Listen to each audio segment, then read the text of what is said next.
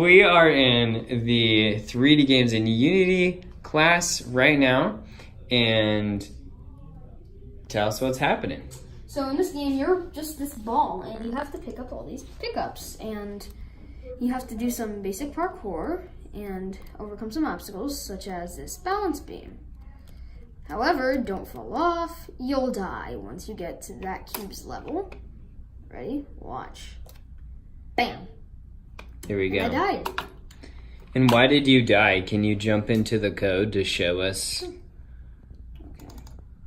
the instructions? Okay, cool. Whoa. So basically what it's doing is when I die, it sends me back. When I hit the block, it sends me back to where I started.